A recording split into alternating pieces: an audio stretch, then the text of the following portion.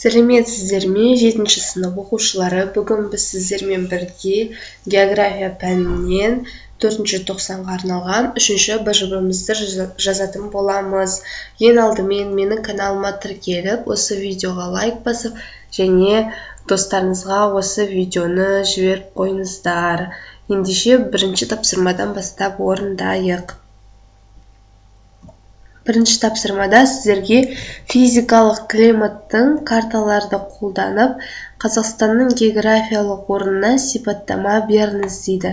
Яғни, мына жерде Қазақстан бос орындарды толтыруымыз керек. Мысалы, территориясын аумағы Қазақстанның бізде 2.724.900 километр квадрате болып келеді.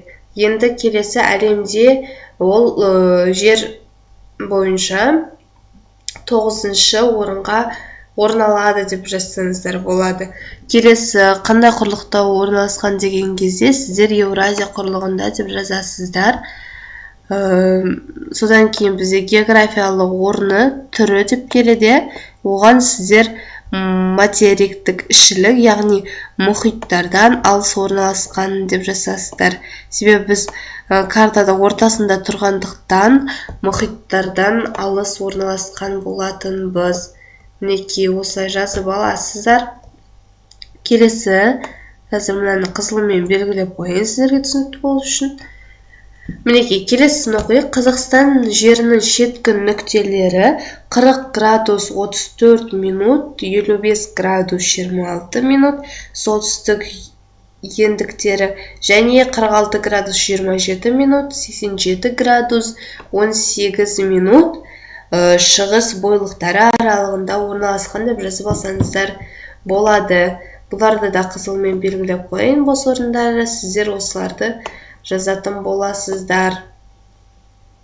Мінекей, келесі солтүстік пен оңтүстіктің арақашықтығы бізде 1600 километр, ал батыс пен шығыстың арақашықтығы 3000 километр болып келеді. Осылай жазып аласыздар. Қазақстан батысында Каспий теңізінің төменгі ағысынан, шығысында Алтай тауларының етегіне дейін, солтүстіктегі Батыс Сібір жазығынан, оңтүстіктегі Қызылқұм шөлі мен, мына жерде мен қатеріс деп қойдым. Яғни қызылмен бояғым келді.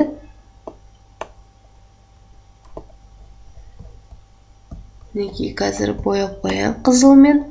Қызылқұм шөлі мен Тянь-Шань тау жүйесіне дейін созылып жатыр. Мінекей осылай жазып аласыздар. Және де бізде білеміз, Қазақстан қоңыржай климаттық белдеуде орналасқанын. Осылай жазып аласыздар. Келесі екінші тапсырмаға назар аударайық. Екінші тапсырманың А тапсырмасында сіздерге жаңағы Қазақстанның көршілес 5 елін анықтаңыз дейді. Барлықтарыңыз білетін шығарсыздар. Ол Ресей, Қытай, Өзбекстан, Қырғызстан және де Түркменстан болып келеді. Келесі кестені толтырыңыз дейді. Яғни сіздерге жағдайлар берілген, оның қолайлы, қолайсыз екенін жазуымыз керек. Жағдайлар, мысалы, бірінші жағдайға әлемнің ірі экономикалық орталықтарына қатысты қолайлы және қолайсыздығын жазамыз. Қолайлысы ол мысалы Ресей Қытайға жақын орналасуы, Европа мен Азия арасындағы көлік дәлізіне орналасуы, ал қолайсызға ірі экономикалық орталықтардан алыстығы деп жазып алсаңыздар болады. Келесі халықаралық көлік жолдарына қатысты қолайлысы ол бізде Транскаспий және трансконтиненталды көлік жолдарының болуы. Мінекей осыны жазасыздар. Ал қолайсызға былай жасаңыздар болады. Теңізге шығу жолдарының болмауы, көлік инфрақұрылымының кең аумақты қамтуы. Келесі, теңізге, мұхитқа шығу жолдарына қатысты. Былай жасаңыздар болады. Тікелей теңізге шығу жолының болмауы Қазақстанның сауда логистикасына әсер етеді. Ал қолайсызы мұхитқа тікелей шығу мүмкіндігі жоқтығы деп жаза салсаңыздар болады. Келесі Д тапсырмасында өз таңдауыңыз бойынша Қазақстан қолайсыз экономикалық жағдайын біреуін алып, оны болашақта қалай өзгертуге болатынына байланысты өзіміздің ұсынысымызды тастауымыз керек. Былай жасаңыздар болады. Қазақстанның теңізге шығу жолдарының болмауы саудаға кедергі келтіреді.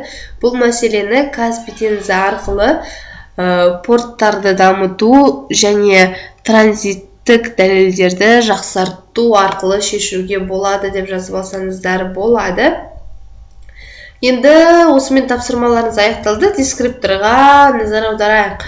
Бірінші тапсырмада Қазақстан территориясының аумағы, жаңағы әлемде нешінші орын алатыны, соның барлығын жазасыздар. Оларға бір балдан беріледі екен. Және де картада орналасқан жаңағы климаттық белдеуді анықтайды. Картадан Қазақстан оңтүстігінде орналасқан тау жүйесін анықтайды.